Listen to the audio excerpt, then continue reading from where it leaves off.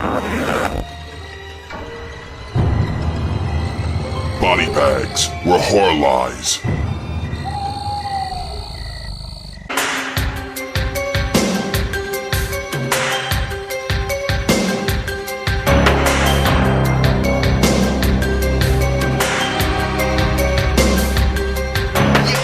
What's up, everybody? Welcome to week 121 here on Body Bags. I am your host, Moodz616, and thank you once again for stopping in, guys. Yeah, it is Sunday, and it's a couple days past Christmas, but I just want to wish everybody out there a Merry Christmas and a Happy New Year, which is going to happen, in a couple days. So, anyways, guys, it is Sunday, my time to review a film. This one right here is a brand new film from 2015.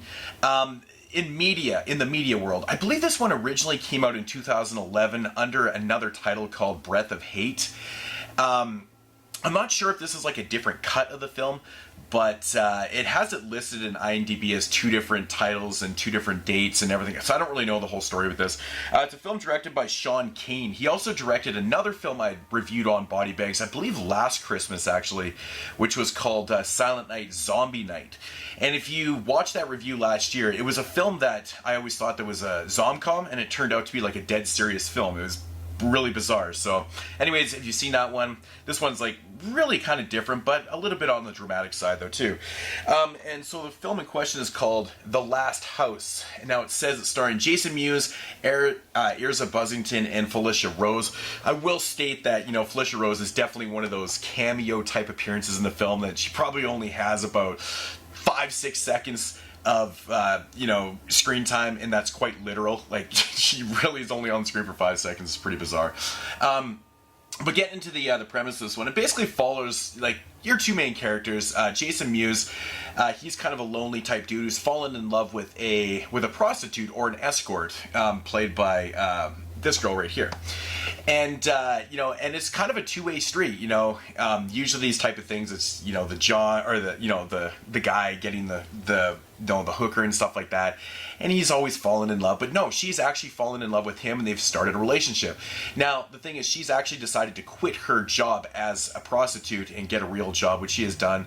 But she's promised her pimp that she's going to do one last weekend, just kind of finish out her prostitute career, I guess, or whatever. So her and two other girls get called out to this very plush, huge Hollywood mansion where these three escaped mental patients have actually taken over this house, and have called up the escort service, got these three girls because they want to have some violent and sex games, for their entertainment for the night. And of course, it's not exactly that straightforward. They do have some other, motives and stuff like that too.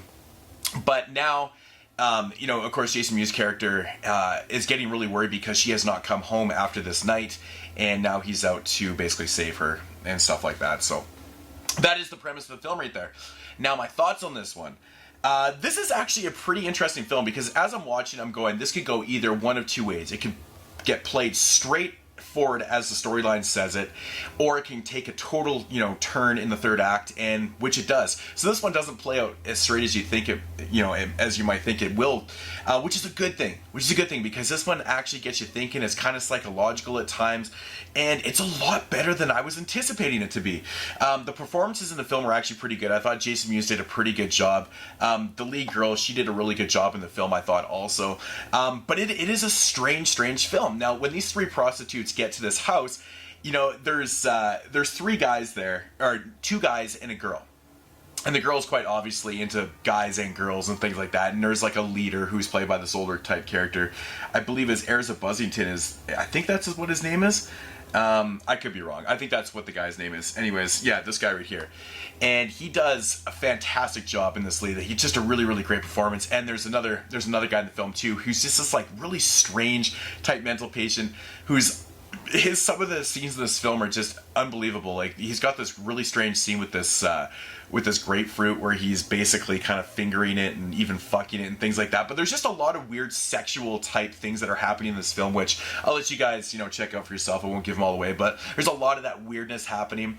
And then, just kind of certain things that are happening. And then when the third act hits, it just completely shifts gears and goes a different route. And it's really interesting, I have to say. It's almost one of those type of films that you can't really say a whole lot about because you don't want to ruin anything, which I'm not going to say anything about it. And, it's a head scratcher. You almost really kind of want to watch it again, and which I did. I actually replayed it right from the second half of the film and then totally understood it. So I like films like this, that kind of leave you and go, wow, I really need to rewatch that. But it's an interesting flick, it got me thinking, like I said, after the film, which is a good thing. Solid performances. I like the soundtrack in it too. It was pretty cool.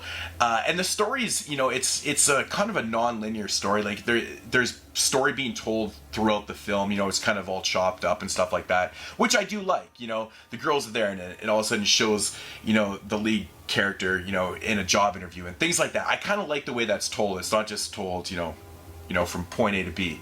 I really enjoy that. So, but really, really bizarre scenes in this one, with some bizarre characters, bizarre things that are happening, and I enjoy that, man. It's definitely a pleasant surprise to come across a film like this, because I wasn't expecting much from it. I really enjoyed this one. It's not like fantastic. I mean, it's not like the greatest thing ever, but it is really enjoyable. I just don't want to say too much about it, but it's a good film. It does have its moments with some blood and gore and stuff like that, and some, like I said, just really kind of bizarre scenes with that also.